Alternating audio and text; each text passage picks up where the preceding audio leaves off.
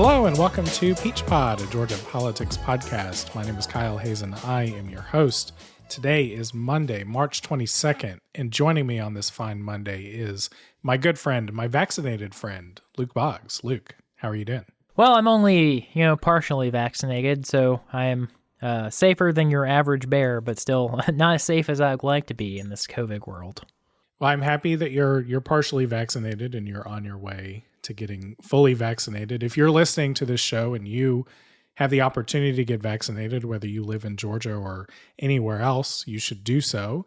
And we're going to actually start today's show by checking in on the vaccination issues in this state and sort of where the state stands. And then we're going to spend the rest of the show talking about voting issues. We're going to update on where the various major voting bills in the state legislature stand. As listeners know, if you've been paying attention to session or listening to our show, there's a massive effort from Republicans in the state legislature to make it more difficult to vote in Georgia.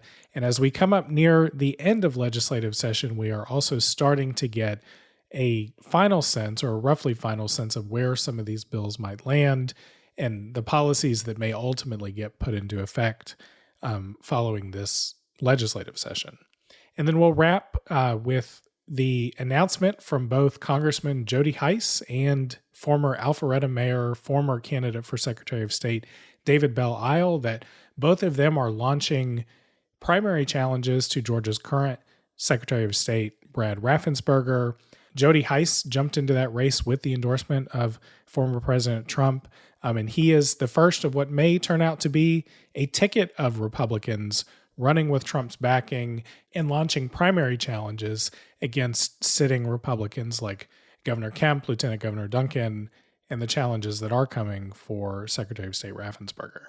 Luke, let's start here with vaccines. And the breaking news as we sit down to record on Monday is that Governor Kemp and the state are opening up COVID-19 vaccines to all adults in the state. Everyone who is 16 or older will be able to access the vaccine starting on Thursday, March 25th. We have been following this vaccination story and the challenges that the state has had, and it seems like we are starting to make some progress as a state. The newsletter that I reference most often to get a sense of where the state is the one that's distributed by Dr. Amber Schmidtke, who is a public health expert in the state.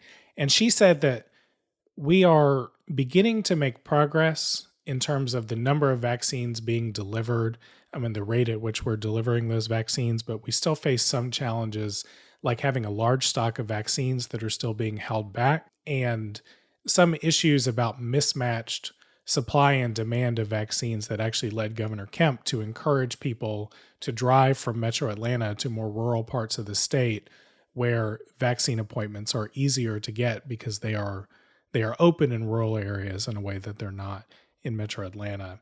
Any thoughts from you about sort of where we are in this moment on vaccines?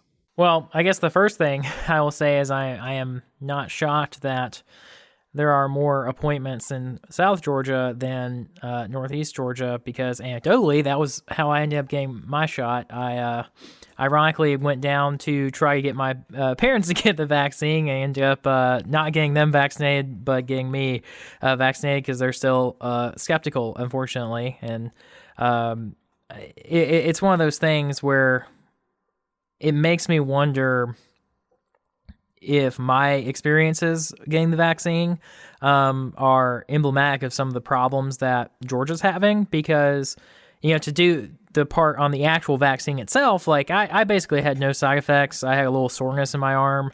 This was my first shot, so I have heard the second one has some more side effects than the first one, but, to be determined.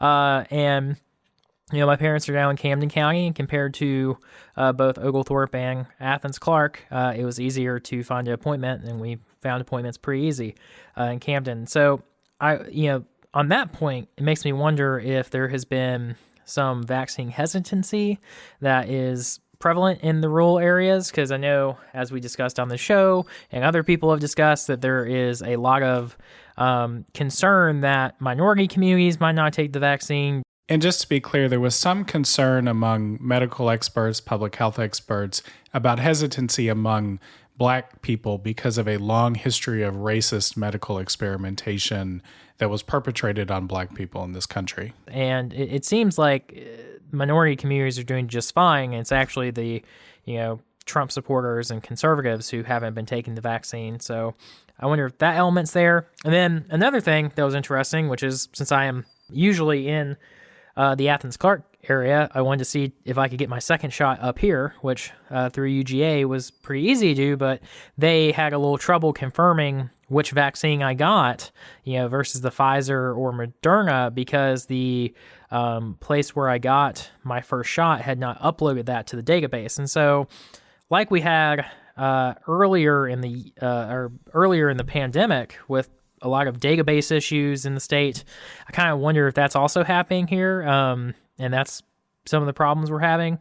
And like I said last week, my chief frustration is the fact that we don't know the answer to this, because we're just speculating on what's going wrong, of why we have this giant stockpile of vaccines and why people are being encouraged to, drive to other parts of the state to get vaccines, because it just seems like these are problems that should have been predicted and prepared for. And I'm still just baffled at why we don't have more answers from the state on what's going wrong, what's going right, and how, we can do better. Because while I understand that some people, like me, have the ability to, go across the state and drive 5 hours to get a vaccine, that's just not available for most Georgians, and that's not like a smart system. Yeah, I mean, I think that, it continues to be true that there may be a lot of little issues that contribute to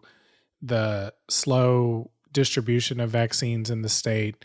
On one of the things you raised about some polling has shown that Republicans are actually the ones that are more reluctant to take the vaccine. Governor Kemp and his wife, First Lady Marty Kemp, did do a good thing for the messaging around the vaccine by having Marty Kemp put out a video from when she got her vaccine. I believe this was posted on Twitter at the end of last week. She was at the Delta Flight Museum, and I believe she got her vaccine there and encouraged people to get the vaccine. And then again today on Monday, posted a photo of her getting the vaccine and continuing to provide that encouragement.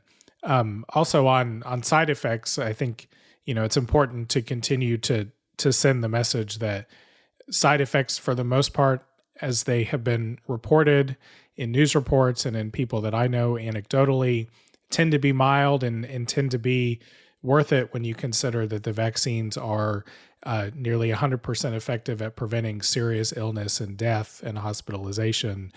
So also good for you to consider that when you're thinking about whether or not getting the vaccine is the right thing for you. So I hope that we continue to see progress as a state. And it would be good to get our hands around some of the logistical issues that could be solved, like the mismatch between supply and demand.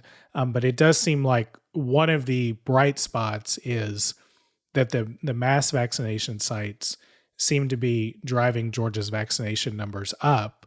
And when you consider the forthcoming decision to open up vaccines to everybody, which they seem to have been, in a sense, partially open to everybody via the designations for people whose health would make them vulnerable to COVID-19.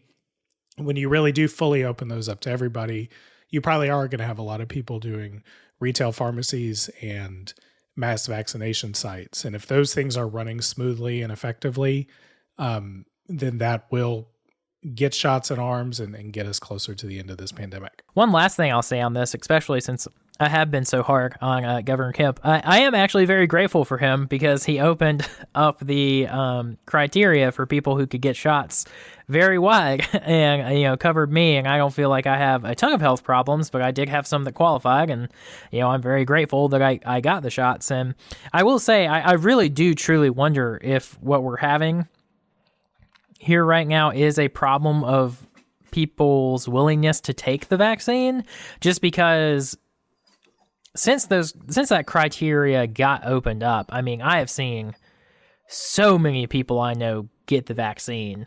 Very few of them, like reported going significant different distances or anything. And so I don't know if there was a significant difference in uptake, or if we got a boost of supply, or whatever the reason. But it does seem, at least in my social circles, a lot of people have gotten the vaccine in the state of Georgia recently. And so that's great because, again, as I've been very clear from the beginning, my priority is vaccinating as many people as quickly as possible, because I think that is really going to be the way we get out of this. And so if this week is any indication, a lot of people are getting vaccinated in Georgia, and I'm hoping our numbers will turn around and things will look better, because at least, again, anecdotally, it's looking better on my end. Well, Georgia, go get your vaccine. One other piece of news we wanted to speak on before we turn our eyes to the legislature. As you've surely seen by now, a gunman murdered 8 people, including 6 women of Asian descent, at 3 spas across the metro Atlanta area last week. This was a horrific crime driven by one man's racism and sexism, and it was also a crime built atop a legacy of white supremacy in this country, and it's possible that this man will be charged with a hate crime for his actions. We wanted to join the voices of many others who have condemned this tragic crime. It adds to an environment for Asian Americans who are already living in fear because of a rise in hate crimes and verbal and physical harassment against Asian Americans, caused in part by the way President Trump blamed them for bringing COVID-19 to the United States. All of this, from these horrific shootings to the more commonplace harassment, all of this that's been perpetrated against Asian Americans is wholly unacceptable. Beyond adding our voice to condemning these hateful acts, we also wanted to point listeners towards reporting and other accounts from people who were closer to this tragedy. In our show notes for this episode, you'll find accounts of the lives lost in this tragedy, some writing on the context that's important to understand about this shooting, including the rise in hateful actions against Asian Americans and the kind of misogyny targeting Asian women in particular.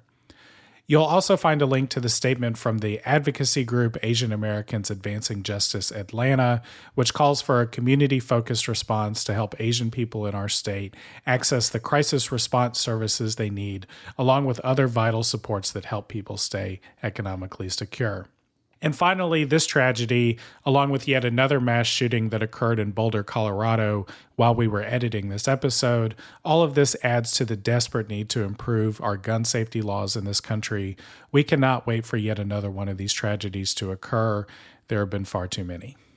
So let's check in on the latest regarding legislative efforts to make it harder to vote in Georgia.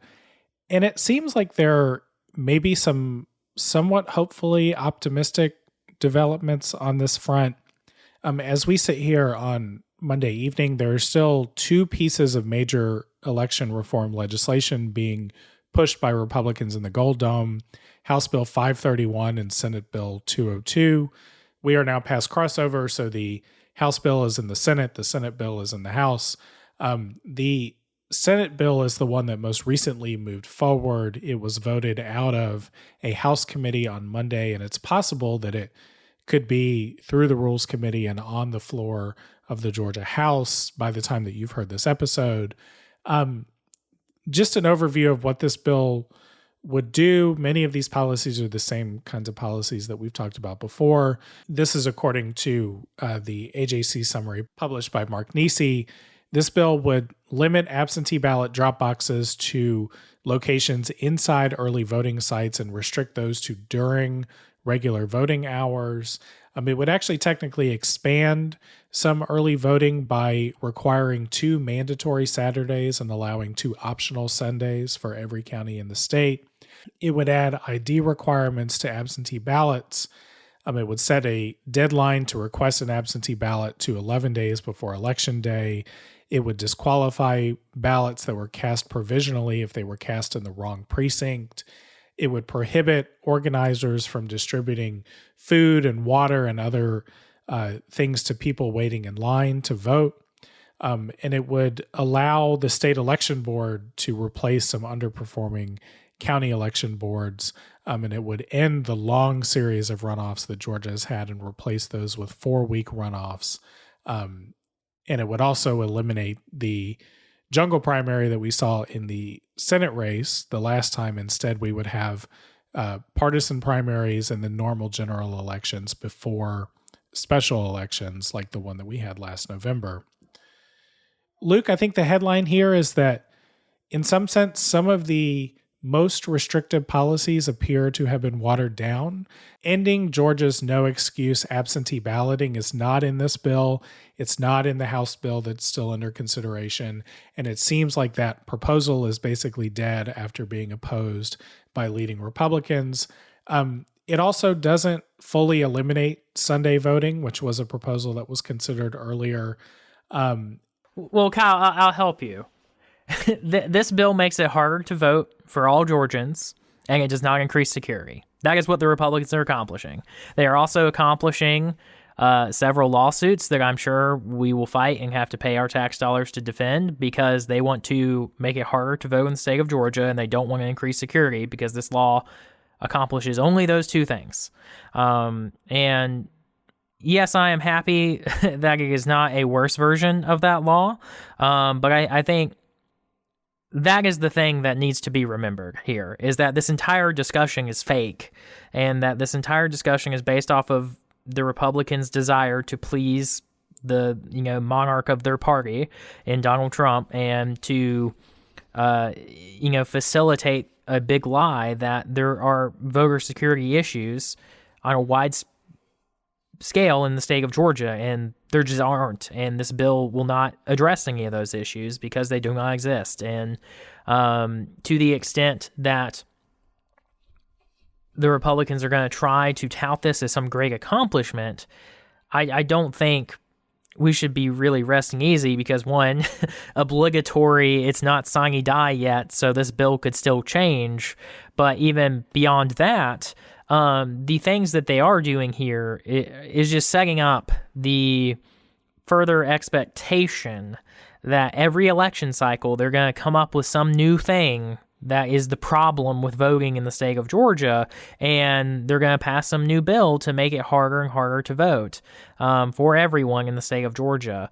And while it is great that we don't have a worse version of this, I am just worried it's one of those situations where they're setting themselves up to just come to it next time. It's like maybe they don't get in this bill, but 2 years from now they'll be working to make it no excuse absentee, to get rid of no excuse absentee. I mean, that's my first take at this. I do want to push back a little bit because I think you and I can see through the talking points, and I think that it is clear the way that Republicans turned to the media to talk about this bill, and the way that you saw kind of a unified message from leading Republicans and the Metro Atlanta Chamber of Commerce, is that they want to tout the place that they land as a place that actually expands voting access and expands voting security. And you can pick apart these provisions and see that conclusion isn't necessarily true. Well, let me help you. It's a lie.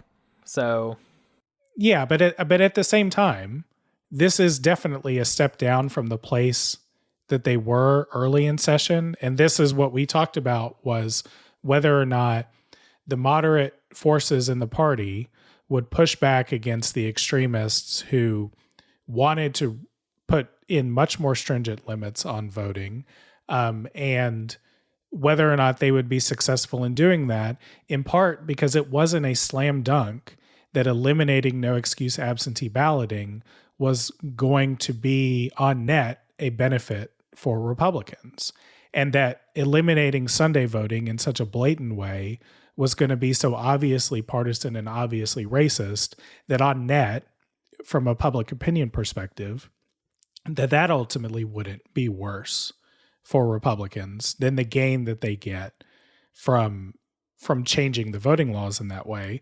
The thing that I think is somewhat interesting about the place that you land is they kicked up a lot of dust on this during legislative session. We've been talking about it the entire session. It is the headlining issue of session.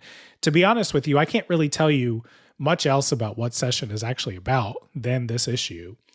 And they garnered themselves a lot of negative media coverage for attempting to make it harder to vote. And then at the end of the day, this bill that they will try to sell as something else, but that, as we're going to talk about, is going to get even more difficult given the primary challenges that are getting set up. they are going to have cemented this reputation that they would like to make it more difficult to vote, and particularly make it more difficult for Democrats to vote. And yet, in some sense, it doesn't actually appear that they will have accomplished that objective. And so in some ways, I feel like if from a pure power politics perspective, they might have ended up in the worst place that they could be, because it doesn't seem like they were successful at suppressing the vote, but everyone's going to call them voter suppressors anyways. Well, that's because they are vote suppressors. You don't get bonus points for being crappy vote suppressors just because you do a bad job of vote suppressing. You're still a vote suppressor. And I think I agree with everything you just said 100%, Kyle. I think the thing that they are underestimating, and this feeds in directly to the last thing we're going to talk about, is that I think there's roughly two types of Republicans in the Georgia legislature. There are the people who know better, are sympathetic to the base feeling like something bad happened and feel like they should do something just to make people feel better and to make people, not think that they're not doing anything about their concerns. And I am vaguely sympathetic to those people because some of them aren't actively promoting the full extent of Donald Trump's lies. They're winking at it, but not hard winking. They are basically just saying, I understand you're concerned, blah, blah, blah. And that's most of them. And then there are the hardcore people who actually believe this crap. Or they have decided that pretending to believe it is more politically advantageous to them than just winking at it. And the thing is that the people who actually believe it or are cynical enough to pretend like they believe it do not constitute a majority of the legislature. And so if you're winking at it and voting for this bill and promoting this bill, you're empowering those small people who are, just not objective people who look at issues in a constructive way. You're empowering the people who are destructive, because the way that you, as a Republican, beat challengers from the right is by expanding your coalition, not saying, yes, that challenger I have from the right who is more hardcore on this issue is correct, but I'm going to half-ass this and do a smaller measure. And I don't want to prematurely send us to our next topic, but I feel like if there's anyone who I've been the most surprised with and how poorly they've navigated this situation, it's actually Brad Raffensperger, because he is creating a political situation for himself where he has no allies. And so, we should talk about that in a minute, but when we wrap this up. But I feel like he is emblematic of this political snafu the Republicans have put themselves in. And I agree with you. I don't think they're going to get any points from anyone on this. They're just making the situation worse for themselves and, unfortunately, for the state. Yeah, the big thing here is the lost time and the lost focus on something else. I mean, it's clear that Governor Kemp would like the lead up to the 2022 elections to be about his effective vaccine rollout and effective management of the state's economy during COVID-19. We obviously disagree with the substance of those, but that's what he would like people to be talking about. David Ralston, the speaker, has said repeatedly that he wants to tout the impact that House Republicans have had on the state through passing paid leave laws, getting rid of Georgia's citizens arrest statute, cutting taxes is a big thing that they want to focus on as a part of Georgia's recovery. And yet voting still seems to be the thing that everyone is focused on and that they're not going to be able to get away from. Before we get to the campaign, the forthcoming campaign, though, Luke, I did think it was notable that progressives who wanted to fight these elections bills made as their audience the state's business community.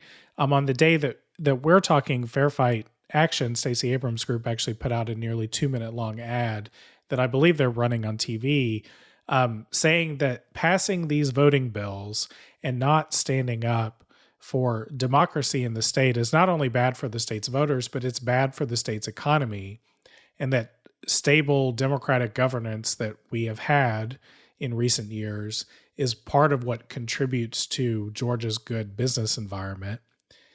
And I'm interested because you never had business groups come out and say we oppose these anti-democratic efforts to make it harder to vote in Georgia. Vote no on HB, SB, whatever number this stuff ends up in. But as we did say, it does seem that the combination of business interests and leading Republicans has walked this back from some of the worst impulses. So progressive activists aren't eager to now say thank you to all these Georgia corporations for their efforts here. But in some sense, the trend that we have seen on other issues like anti-LGBTQ issues, where the business community steps in and kind of holds off the worst impulses of the Republican Party, at least tentatively, we haven't gotten to sine die, but at least tentatively, in some sense, that might have also worked this time. I think it's a complicated thing being a progressive in the South, as I mentioned earlier in this segment.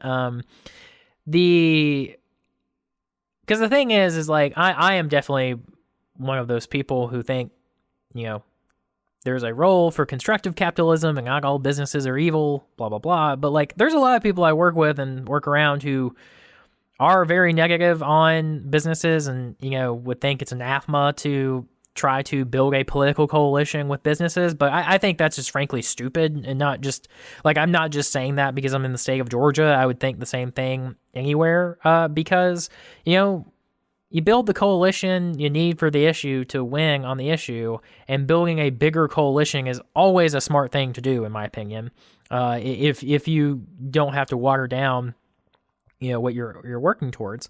And the business community has not always been on the progressive side, but on social issues, on really important social issues to the state, business leaders have shown that they are on the right side of it and they care about those things and they're willing to risk it, because there have been consequences for businesses in the state of Georgia for going against the Republican Party. I mean, businesses have faced significant issues. I'm pretty sure it was one of the gun bills when Casey Cagle was lieutenant governor that Delta got in trouble with. There's been rumbling about getting other companies and Delta again in trouble for their positions on anti-LGBT matters and religious liberty bills. And so the thing I say here is I wish the corporations would do more. And I think it's one of those things, as we've mentioned earlier in the year, that the media's muscles have gotten a lot stronger in talking about voter suppression and like recognizing it and not falling into the false narratives and both siderisms. And I hope businesses will get there too, because I agree with Fair Fight's position and labeling of this is like, you do not have a successful business climate if you do not have a democracy that works and that is responsive to people. That's how you get, banana republic corrupt states where nothing matters and, people stay in power for decades because they've rigged the system. And that's not good for business. Like, it just really isn't. It's great if you're the, the government empowers chosen vendor, but it's really, really bad for everyone else. And so I think businesses in the state of Georgia should wake up to that reality, because if they want to continue to operate on a fair playing field and have a lot of opportunities in the state, which I think is good, like you want businesses to have opportunities in the state, like they have to wake up to this the threat that if the Republican Party in the state of Georgia continues down this route, that they're not going to have the same stable partners that they've had in the state previously. They're going to get wackos who will control the state. And there's been many states in the United States that have gone down this route and not had good results. And I really hope that the business community realizes that this is a threat to them just as much as it is to the democracy of the state. And, I hope this is something that they will partner with progressives on, and just frankly patriotic Georgians, because these efforts aren't good. And to the extent that I think even the small things they did result in this bill being watered down some, I think that's great. I hope that's true, but we will see how that plays out. Because again, There's no bill on Governor Kemp's desk. We don't know what the final language is. Again, at this point, this is usually what the final language is something very, very close to what we're looking at. So there's still some room for this to be killed entirely. I really hope that's what happens, but I'm skeptical. Well, I'm interested in if the final bill that gets out of the legislature and gets on Governor Kemp's desk, if there is a belief that it basically does nothing, I wonder if there's actually an argument for Kemp to veto the bill. That may be something to look out for once we get closer to the end of session. That like if the people on the right say, we lost banning no excuse absentee balloting, we lost all of these other provisions that we think would quote unquote secure Georgia's elections, that maybe Kemp might be in a position where he feels like he may not get too much heat for vetoing the bill and could avoid this being an issue. But then, and I think this plays as we get into the primary challenges here, it also could put uniquely a target on Kemp's back politically for being the person who stood in the way of election integrity. It's going to be an interesting, like that veto or sign decision to me actually gets more fascinating the more that Republican leadership shapes the outcome on this bill. Yeah, I totally agree with that. I think there is still a possibility that the Senate will not accept this version. I will be curious to see, because I imagine the House will pass it because they have been willing to pass weaker bills on this issue and, willing to just have the image win, whereas the Senate has seemingly been far more concerned with being as voter suppressing as possible. And so I would actually not be shocked if they can't get the votes for it, but I imagine they probably will. And I've been saying for months that it would be a brilliant political move by Brian Kemp to veto this bill, but I don't think they're playing 3D chess like that over there. Which I don't blame them, because usually those are ideas that are terrible and don't work out. So, it might be really bad advice on my hand, and, might be the reason he lost a primary if he gets one. But I think the real moral of this story, in my mind, is that at this time of great crisis in the country, where we're dealing with COVID, we're dealing with all these economic consequences, we're dealing with, lax gun laws, every crisis in the book, they picked the fake one to focus on. And no matter what version of the fake bill they end up putting out, the fake solution to a fake problem, that is their legacy, and they will own it. And I at this point don't even care.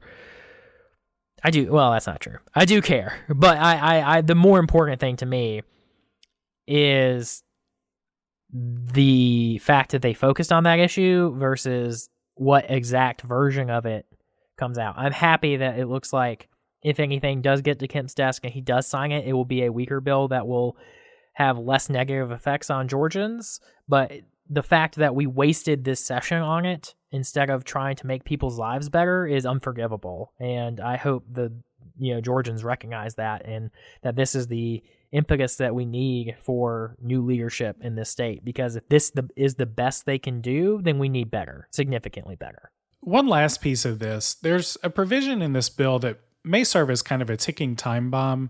This provision would allow the state elections board to take over a certain number of local elections boards for a temporary period of time. And this decision to take over a local elections board may be subject to pressure from the state legislature, as yet another provision would allow the legislature to appoint the chair of the state elections board, and that would secure for the legislature a majority of the total appointments on that board. Advocates have been raising alarms about this provision because it basically cedes more power over some election decision-making to politically appointed people and takes that power away from local officials that hold that power now. This likely wouldn't result in elections officials being able to just wholesale ignore state law and overturn election results, but local elections boards do have important discretion over some of the mechanics of voting, particularly as it relates to like precinct locations, issues like that. So the impact of this provision might not be as broad as the proposal to end no excuse absentee voting would have been, but it could be more targeted, and it puts more authority in the hands of a state legislature that has already shown itself hostile to voting rights during this legislative session. And if anything, it serves as yet another reason for the U.S. Congress to put back into place Section 5 of the Voting Rights Act, which would require many of these decisions made locally to be subject to pre-clearance by the U.S. Department of Justice. So let's move on to our final topic. There are calls for new Republican leadership coming from current Congressman Jody Hice. He represents the Athens area in a big swath of the eastern central part of the state. He's announced my congressman. He is your congressman. Congratulations. Thanks, Jody. He won't be your congressman for long because right. He has announced that he Bye, is going Jody. to challenge Brad Raffensperger, the Secretary of State. He entered that race with the endorsement of President Trump, although he was not the only Republican to enter the race. David Bell Isle, the former mayor of Alpharetta, he also launched a primary challenge to Brad Raffensperger. My favorite thing about the launch of David Bell Isle's campaign, Stephen Fowler pointed this out, is that in his announcement video, David Bell Isle says that he narrowly lost to Raffensperger last time around, when in fact in the runoff he got blown out by like 30 or 40 points. Yeah, it was 61.74 for Raffensperger and 38.26. So yeah, not and like also the percentages is bad. The total vote numbers not much better. I mean, it's over 100,000 loss. So if you want somebody that's actually going to defeat Brad Raffensperger, you probably ought to look somewhere else than David Bell Isle. Notable for both of these entrants, although particularly for Jody Hice, that they both entered this campaign raising the same sorts of nonsense, big lies about the outcome of the 2020 election that particularly Jody Hice has been championing as a member of Congress. On January 6th, the day that Congress was set to certify the election results, Hice posted on Instagram and then later deleted a photo of himself walking the halls of Congress that said, "This is our 1776 moment." This was the same day that the violent riot happened at the Capitol, and ultimately his staff took the photo down, saying they didn't want to condone the violence at the Capitol. But that Instagram post was based on his voting against certifying the election results based on absolutely no evidence. So that wasn't much better. You saw similar positioning from David Bell Isle on the first day of his candidacy. Luke, how alarmed should establishment Republicans be that, especially after we've spent 30 minutes talking about election issues, you have challenges to Brad Raffensperger over his failure to stand up and say that the 2020 election was rigged? Yeah, this is the exact political peril that I was talking about, that you very eloquently and accurately, I think, pointing out that by choosing the middle ground route of we're going to continue to lie to Georgians and say that there's a voter security problem in the state, and then pass a law that does nothing to address those concerns, because again, this bill is much smaller. And there's really nothing in it that will make Georgians feel better, I think, except maybe the voter ID thing. Maybe that will be enough. I just don't think it'll be enough is the problem, right? Because, again, I think most voters are aware that this is more of a political positioning thing and a way to say, I'm with you, not them, than it is an actual issue that has concrete things you could do. Because, again, it's not like Jody Hice is going to come out and give a speech a week from now and be, here's my 12-point plan for securing voting rights in Georgia. Like, that speech will never be given. That white paper will never be released. Because what he's going to just say is that there's a vote, like, we need to secure our elections, and the election was stolen from Donald Trump, and no one cares, like, how he thinks that happened or what he's going to do to prevent it in the future. It's just a matter of signaling that you believe that. And by not doing the most extreme version of the bill possible, you're signaling that you aren't with Donald Trump and that you don't take this issue as seriously. And so, like, I don't think this is going to protect anyone who's going to face a primary like this. And while I think this specific primary is probably the most interesting one, because I think Raffensperger is, out of the state-wide elected Republicans, the most threatened. I think we're going to see this exact dynamic play out with pretty much every statewide elected. I mean, I imagine the Commissioner of Agriculture is going to be having to defend himself for not, like, you know, saving Donald Trump, the state of Georgia. But it will be particularly Gary bad. Black's probably fine. I think Gary Black's probably fine too, just to be clear about my position on his political prospects in a primary. But like, I won't be shocked, is my point, if like he actually has to do that and defend himself on that front, because of the fact that this is the debate in the Republican Party, and the bill that they've produced is not the bill that like accomplishes all of Donald Trump's vague, you know, goals. And it's just a strange issue for me, and I don't see what Raffensperger thinks he's gaining, is my short version, by flirting with there's a voter security problem, because what he ends up doing, and has done, I would argue, is tell the far right of the party, I have nothing for you, and I don't believe anything you are concerned about, but also making the moderate people, both in the Republican Party, but also in the state of Georgia, you know, a lot of my, you know, sort of a meme among people from outside of the state, of all the, you know, left-leaning people who are gushing over Brad Raffensperger and thinking he was this second coming of reasonable Republicans, whereas anyone in the state who actually followed him politically, he had been terrible on voter suppression issues. But so now he's going to get squeezed by both sides of this issue, because he continues to be a terrible vote suppressor, but hasn't gone far enough to, you know, making it illegal for Democrats to vote like some of the Republicans want, that I think this is a real threat for him.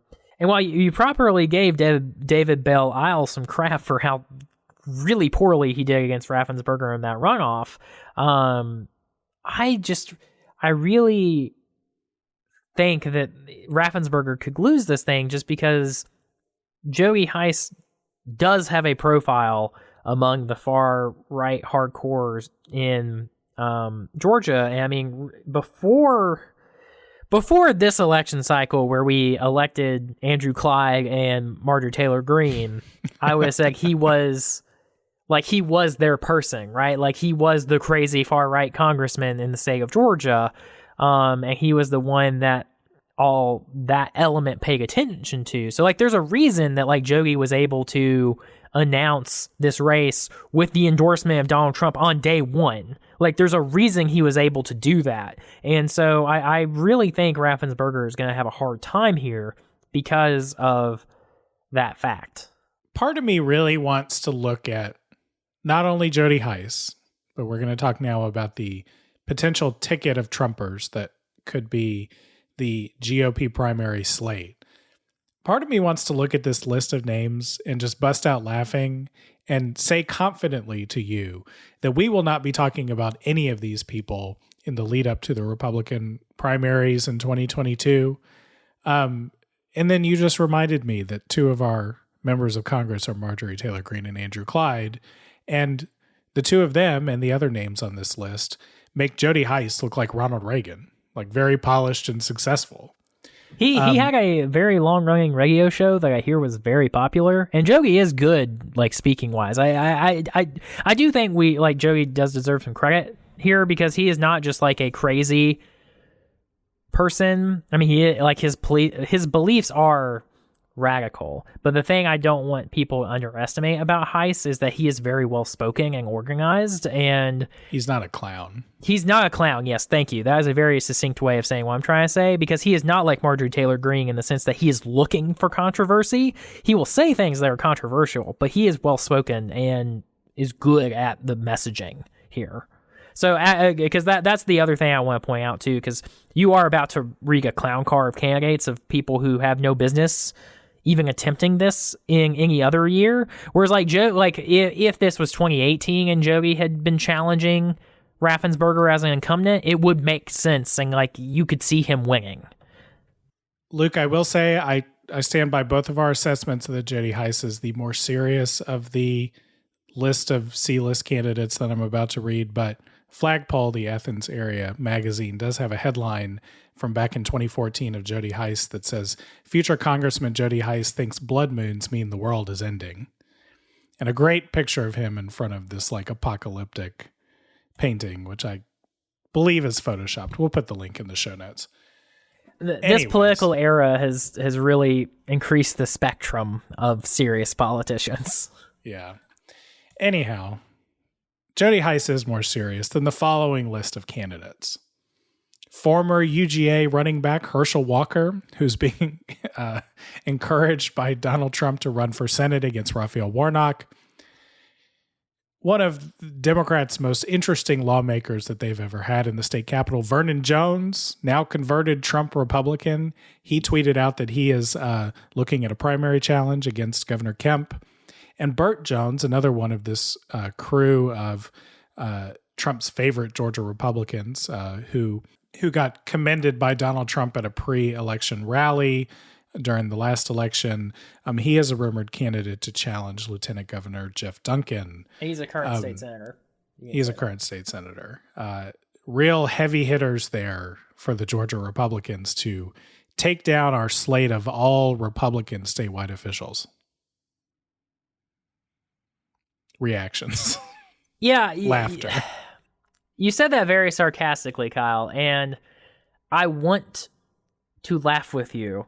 But that's what I said. I don't want to believe this is true. Yeah, I don't want to believe these people will win, but Congressman Marjorie Taylor Greene. Right. And the thing I will say, too, is I will believe Vernon Jones and Herschel Walker when they have their like slick announcement videos and their websites and they file that they're raising money.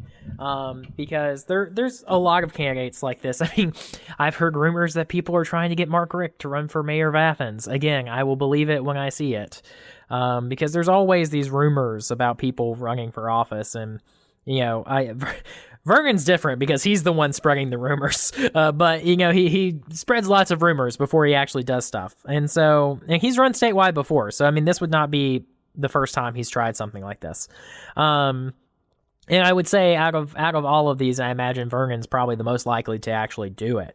The thing here that I haven't fully understood is just how successful they can be. I think if Trump is down here every other weekend campaigning for them, then yeah, like this is going to be a real thing, but it's going to be a real problem either way because of the fact that this will make the Republican Party go to the right. Even if these wackadoodles don't win, they're not going to try to sound more reasonable. Their primary structure and the way that they have fanned the flames of the Republican base will inevitably sour and poison the entire Republican Party. And I am not looking forward to seeing that. I don't think we saw a lot of it this session, but next session, I think, could be very dark, unfortunately, because of these potential challenges. Because they just hit different notes than we've seen previously. Because while Georgia has had a lot of far right wacky characters, they haven't been empowered in the way that they have been now before. I think back to when the Republican Senate primary of 2014 looked like it was going to be between Jack Kingston and Paul Brown, where Paul Brown was the congressman that formerly held Jody Heiss's seat, who was wacky on every level, and people were very concerned about him winning. And then David Perdue comes out of nowhere and was a right-wing conservative, but a different brand than these folks are. And I think the Republican Party wants revenge really, really badly right now. And I think the first victims very well might be some of the statewide electeds. And I think Raffensperger is the one most at threat because of the quality of his challenger and because of just the precarious political situation he's put himself in. I also think one or two of these candidates not connected to the Trump ticket would come into this as an underdog because it's just hard to unseat an incumbent. But to get an entire slate of them that are running all with Donald Trump's endorsement, all on the same sort of basket of Trump's racial grievance, culture war issues, and if you then pump a bunch of his fundraising infrastructure, whatever's left of it, we'll see how the court cases turn out. But, pumping his political infrastructure directly into a slate of challengers that then would box out all of the leading Georgia Republicans from claiming Trump's mantle, all while the focus is on the primary electorate and not on the general electorate, I think is actually a pretty potent political tool that Herschel Walker by himself, just deciding to run for Senate because he's bored or, would not have at his disposal. And so that's what I think makes this really interesting. But it does, it supercharges the incentives to run to the right, like you said. And it makes it interesting what the fallout for that would be in a general election, given that it's possible that could become a central part of the narrative, how you describe what the general election in 2022 is going to be between Republicans and Democrats, as opposed to some sort of referendum on the Joe Biden presidency, because they're going to spend all of the primary at each other's throats and not attacking Joe Biden, most likely, or at least not in a way that seems all that notable. I think Republicans are very good at attacking Democrats and attacking Democratic administrations. So I think they will fall back into that messaging very quickly, but you are correct that the entire primary will be spent relitigating 2020, and it will be very ugly and nasty. And I think if we are facing a situation where a couple of these wackier candidates knock over, like if Heiss wins the Secretary of State position, if, Burt Jones wins or Herschel ends up becoming a Senate nominee, I think that could really change the dynamic. And no matter what's happening on the federal level, I just don't think the Georgia electorate as it exists right now would accept that ticket. And I maybe I'm wrong. Maybe I'm putting too much faith in my fellow Georgians, but I hope not, because just the conversations I've heard, to give you an example of why I feel that way, is just like a lot of people who voted for Joe Biden, voted for Warnock, voted for Ossoff, but probably voted for Romney or voted, McCain, or started voting for Democrats recently. They have a lot of respect for Kemp and Raffensperger for just standing up to Trump, doing the bare minimum, and proving some level of objectivity. And I think it will be very hard to run against them, because despite the things they've done on this voter suppression issue, people want to give them points for doing the right thing. Because to be fair, and we don't say it enough, Kemp and Raffensperger are one of the few people who have done the right thing in saying that Trump did not win the state of Georgia, right?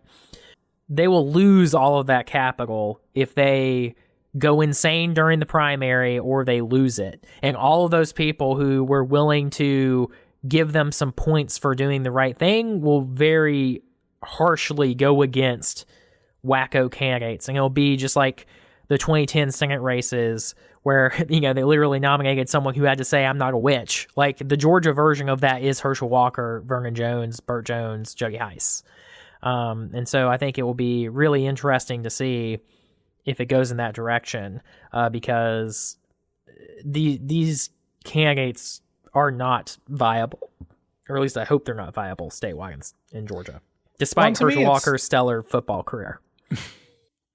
To me, it's compounded by the fact that this would be the second election cycle in a row that happens. And that if you thought the fever might break after Trump leaves, Trump has now been defeated, and yet Republicans are still singing the same tune. If you are that swing voter who might, because you have maybe conservative policy views, might be willing to go back to your more average Republican, the fact that if you continue down this road after Trump has officially left the scene, and after, particularly in Georgia where he lost, it has been demonstrated that his politics is not a winning formula, that like, I think those voters do get even further and further from you. Because this is crazy. Yeah, I mean, it's crazy because, I mean, one thing I do want to point out, too, is that we should talk about this if it becomes real. But out of this list of candidates, the two that feel real to me in the sense that, like, we have pre-Trump formulas for this, it's like Jody Heiss totally makes sense. This has happened in many states at many times where a congressperson runs for a statewide position and is successful. And I think that one makes sense. And Herschel actually makes sense to me too, because I mean, look at Tommy Tuberville, right? Like famous football stars, famous sports stars, like they run for office. Much less successful football career. Correct. Herschel Walker, by the way. Right. And I mean, that's the thing too. It's just like. Also coming from the Georgia Tech of Alabama universities. Yeah. Go Dogs. I don't want to get off track because I'm very good at that. But the short version is like Herschel Walker like is an icon to a lot of people, and a lot of older voters that vote in the Republican primary probably have warm feelings towards him because of making the Georgia football team successful, and his forays in Republican politics. He's not unfamiliar to the that primary electorate, right? Like I feel like he could do very well among them because he has been around those folks more than you might think, because he's been endorsing Republicans and giving money to Republicans for a long time. So I could see him doing well. And then if Trump is also backing him, that is really going to be strong for him, especially because based off the fact that David Perdue's not getting in this race.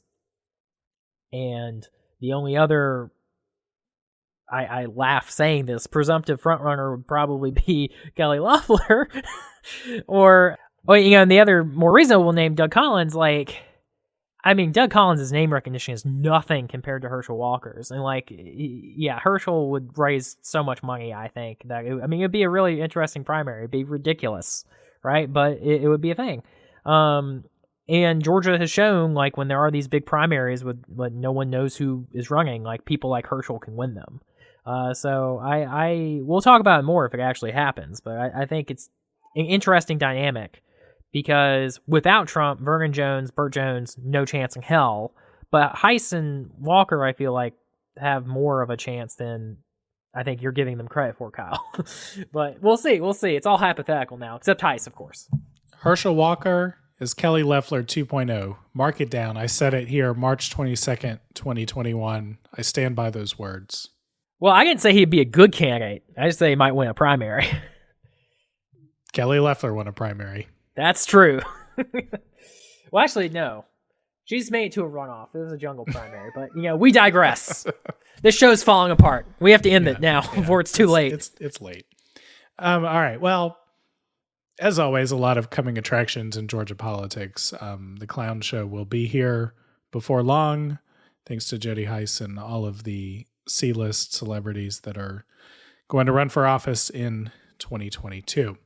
For now, we're going to leave that there. We will be back at least one more time to talk about the legislative session as it comes to a close. We're going to come to a final position on where these voting bills land. And so we'll, at that point, I think, dive into a little bit more of the details of what we think the impact will be. Also lost in all of this, the Georgia legislature might get rid of the state's citizens arrest statute. That is a bill that continues to move forward. So we will follow that and other developments as we come to a close on legislative session. And then, Luke, as always, campaign season is right around the corner. So listeners, thank you, as always, for sticking with us. And Luke, thanks for joining the show today.